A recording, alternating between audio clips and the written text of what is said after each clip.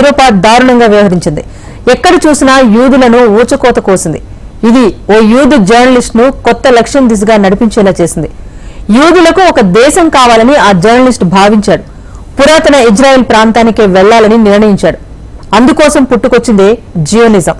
ప్రస్తుత ఇజ్రాయెల్ ప్రాంతంలో తాము నివసించాలని 1890లో అప్పటి జియోనిస్టులు నిర్ణయం తీసుకున్నారు.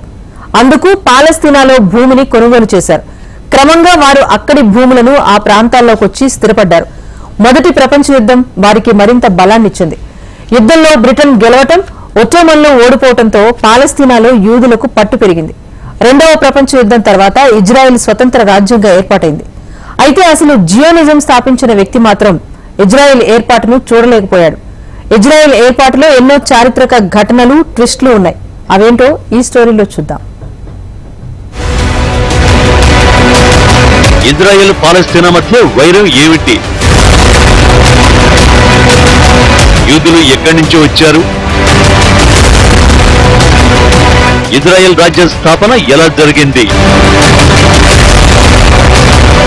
అది 1981వ సంవత్సరం. ఒక ఆస్ట్రియన్ జర్నలిస్ట్ ప్యారిస్ కి చేరుకున్నాడు. అతడు వియన్నాలోని ఓ వార్తాపత్రికలో పనిచేశాడు. అతడి కొత్త అసైన్మెంట్ ప్యారిస్. అతడి పేరు థియోడర్ హెర్జెల్. అప్పట్లో ఫ్రాన్స్ ను విప్లవ భూమిగా పిలిచేవారు. అందుకే అక్కడ స్వేచ్ఛ, సమానత్వం లభిస్తాయని హెర్జెల్ ఆశించాడు. కానీ అతడు ఫ్రాన్స్ కు చేరిన తర్వాత తీవ్ర ఆందోళనకు గురయ్యాడు. ఎందుకంటే ఫ్రాన్స్ లో ప్రతి చోట యూదులపై వ్యతిరేకత వ్యక్తమవుతోంది. దానికి హెర్జెల్ ఎందుకు భయపడ్డాడు అంటే తను కూడా ఓ యూదుడే. నిజానికి స్వదేశం ఆస్ట్రియాలోనూ యూదులు వ్యతిరేకతను ఎదుర్కొంటున్నారు. కానీ విప్లవానంతరం ఫ్రాన్స్ లో యూదుల పరిస్థితి బాగుంటుందని ఆశించాడు. అనంతరం ఫ్రాన్స్ ను సైనిక కుంభకోణం కుదిపేసింది. ఒక ఫ్రెంచ్ కెప్టెన్ జర్మనీకి సైనిక రహస్యాలు విక్రయించినట్టు ఆరోపణలు ఎదుర్కొన్నాడు. అతడు కూడా ఓ యూదుడే. కానీ ఈ వ్యవహారంలో అతడి ప్రమేయం లేదని తేలింది. కానీ అప్పటికే జరగాల్సిన నష్టం జరిగిపోయింది. యూదులపై వివక్ష, దూషణలు అధికమయ్యాయి. యూదులను లక్ష్యంగా చేసుకుని దాడులు జరిగాయి. ఈ వ్యవహారమే హెర్జెల్ జీవిత లక్ష్యాన్ని నిర్ణయించేలా చేసింది.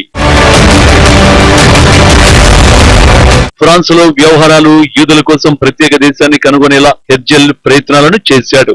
ఆ దేశం ఎక్కడుంది అన్న ప్రశ్న హెర్జెల్ ను యూదుల పురాతన మాతృభూమికి వెళ్లేలా చేసింది. యూదుల రాజ్యాధికారం కోసం ఒక కొత్త ఉద్యమాన్ని హెర్జెల్ ప్రారంభించాడు. ఆ ఉద్యమాన్ని జియోనిజం అని పిలుస్తారు. రాజకీయ జియోనిజం వ్యవస్థాపకుడిగా హెర్జెల్ పేరుగాంచాడు. కానీ అతడు ఇజ్రాయెల్ ఏర్పడక ముందే చనిపోయాడు. హెర్జెల్ చనిపోయాడు, కానీ ఆయన కల మాత్రం కొనసాగింది. అయితే అసలు యూదుల మాతృభూమిని ఎందుకు వదిలేశారు అన్న ప్రశ్నకు సమాధానం చాలా మందికి తెలియదు. అయితే దీనికంటే ముందు యూదులెవరో తెలుసుకోవాల్సి ఉంటుంది. యూదులు అంటే జుడాయిజం అనే మతానికి చెందిన వారిగా మనకు తెలుసు. కానీ యూదులు మాత్రం ఆ విషయాన్ని ఎప్పుడూ చెప్పుకోరు. పురాతన కాలంలో వారిని ఇజ్రాయేలీయులుగా పిలిచేవారు. ఈ మతానికి చెందిన వారు క్రీస్తు పూర్వం 1000 ఏళ్ల క్రితమే జీవనం సాగించారు. ఎక్కడ అంటే పశ్చిమాసియాలోనే. ప్రస్తుతం ఇజ్రాయెల్ గా పిలువబడే ఈ ప్రాంతంలోనే అబ్రహాం, ఇజాక్, యాకోబును యూదుల పూర్వీకులుగా పిలుస్తారు. దేవుడు అబ్రహాముకు వాగ్దానం చేశాడని ఇజ్రాయేలీయులు నమ్మారు. అందుకే ఇజ్రాయెల్ లో వాగ్దాన భూమిగా పిలుస్తారు. వాగ్దాన భూమిలోనే ఇజ్రాయేలీయులు నివసించారు. ప్రాచీన ఇజ్రాయెల్ ని స్వర్ణయుగంగా చరిత్రకారులు పిలుస్తారు.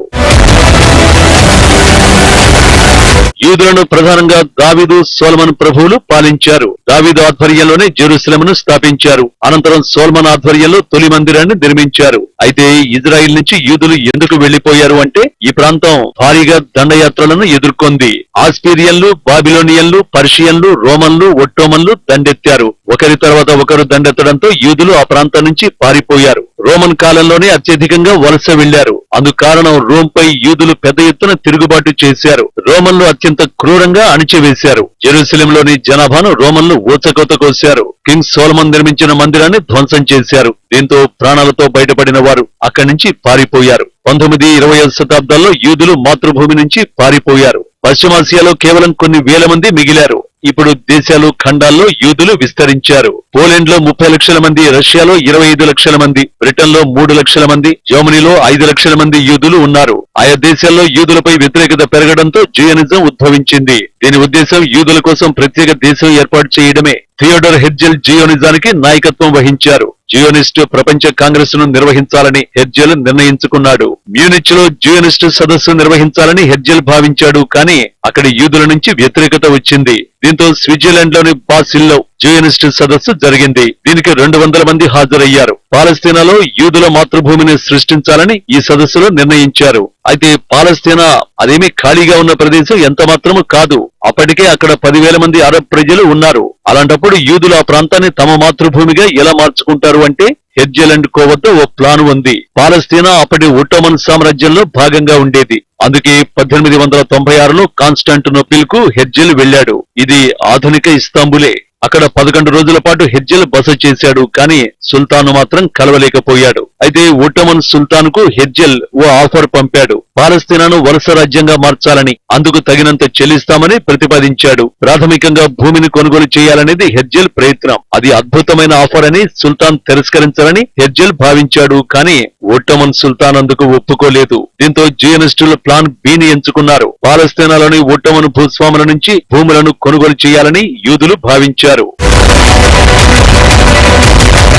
మాతృభూమిని చేరుకోవడంలో యూదులు వేసిన తొలి అడుగుగా చరిత్రకారులు చెబుతారు. కొనుగోలు చేసిన భూముల్లో యూదులు వ్యవసాయాన్ని ప్రారంభించారు. అరబ్బులకు ఒక స్పష్టమైన అవగాహన ఉంది. యూదులు భూములు కొనుగోలు చేసినంత మాత్రాన జరిగేదేమీ లేదనుకున్నారు. ఎందుకంటే అక్కడ యూదులు లేరనే విషయం వారికి తెలుసు. కానీ యూదులు మాత్రం తమ పొలాల్లో పనిచేసే అరబు కార్మికుల్ని, రైతులను తొలగించారు. వారు తమ భూముల్లో సొంత పట్టణాలు, కేంద్రాలను ఏర్పరచుకున్నారు. ఈ స్థావరాలు అప్పట్లో అరబ్బులు పట్టించుకోలేదు.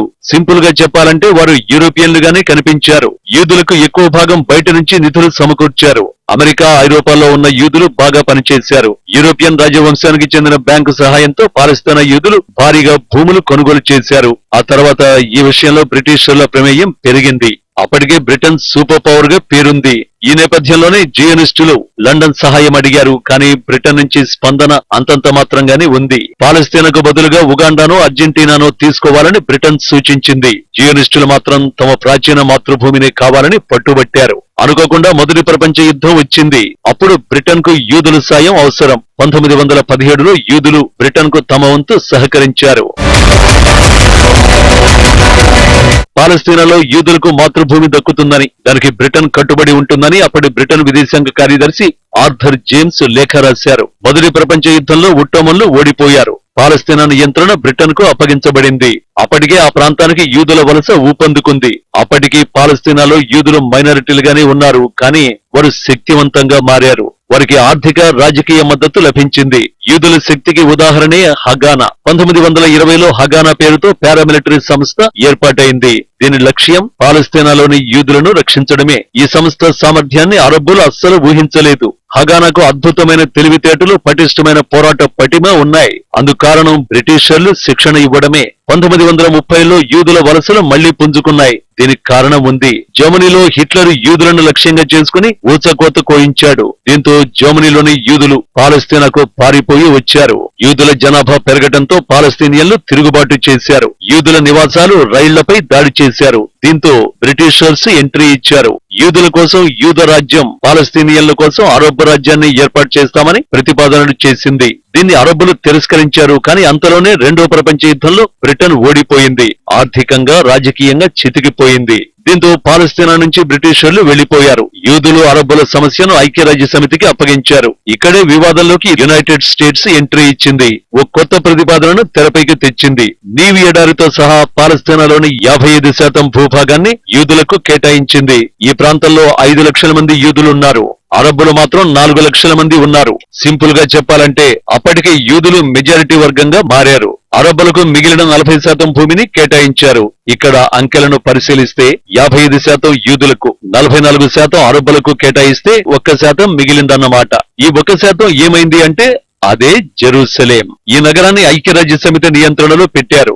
ఈ అమెరికా ప్రతిపాదనకు అరబ్బులు తిరస్కరించారు. కానీ యూదులు అంగీకరించారు. తాము స్వతంత్రులం అవ్వాలన్నదే వారి లక్ష్యం. 1948లో ఇజ్రాయెల్ స్వతంత్ర రాజ్యంగా ప్రకటించుకున్నారు. ఆ వెంటనే అరబ్ దేశాలు ఇజ్రాయెల్ పై దాడి చేశాయి. ఈ దాడిలో Egypt, Syria, Jordan, Iraq, Lebanon కలిసి వచ్చాయి. ఈ యుద్ధంలో అరబ్ నాయకత్వం విడిపోయింది. ఒక్కో దేశానికి ఒక్కో లక్ష్యం ఉంది. దీంతో యుద్ధంలో ఇజ్రాయెల్ పుంజుకుంది. తమ ఉనికి కోసం చేస్తున్న యుద్ధంలో యూదులు విజయం సాధించారు. అప్పటికే పాలస్తీనాలోని 77% భూభాగం ఇజ్రాయెల్ సొంతమైంది.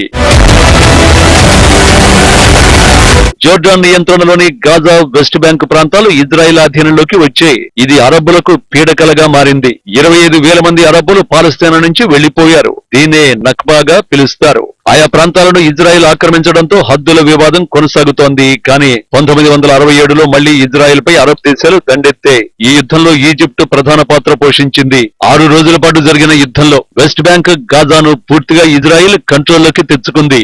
అంతేకాదు ఈజిప్ట్ కు చెందిన సినాయి ద్వీపకల్పం, గోలన్ మైట్స్ ను ఇజ్రాయెల్ స్వాధీనం చేసుకుంది. ఆ తర్వాత శాంతి ఒప్పందంలో వాటిని ఈజిప్ట్ కు ఇజ్రాయెల్ వెనక్కి తిరిగి ఇచ్చేసింది. దీంతో ఇజ్రాయెల్ ను దేశంగా ఈజిప్ట్ గుర్తించింది. ఇజ్రాయెల్ ను దేశంగా గుర్తించిన తొలి ముస్లిం దేశం ఈజిప్టే. కానీ పాలస్తీనా వివాదం మాత్రం అలాగే మిగిలిపోయింది. ఇజ్రాయెల్ ఇప్పటికీ వెస్ట్ బ్యాంక్ ను నియంత్రిస్తోంది. జెరూసలేం, వెస్ట్ బ్యాంక్ ను పూర్తిగా ఇచ్చేయాలని పాలస్తీనా డిమాండ్ చేసింది. కానీ అందుకు ఇజ్రాయెల్ అంగీకరించలేదు. ఇజ్రాయెల్ ఆక్రమించుకోగా మిగిలిన ప్రాంతం గాజాను కలిపి పాలస్తీనాగా గుర్తిస్తున్నారు. కానీ ఆ తర్వాత గాజా కేవలం హమాస్ నియంత్రణలోకి వెళ్లిపోయింది. ప్రపంచంలో ఎక్కడ యూదుడున్నా ఇజ్రాయెల్ పౌరుడేనని యూదుల రిటర్న్ చట్టం చెబుతోంది. ఈ ప్రాంతీయ వివాదానికి కారణం ఐరోపానే పశ్చిమాసియాను రావణ కష్టంలా మార్చింది. యూదుల పట్ల వివక్ష చూపింది. ఓట్టోమన్లో పాలస్తీనియన్లు యూదులను ఎన్నడూ వ్యతిరేకించలేదు.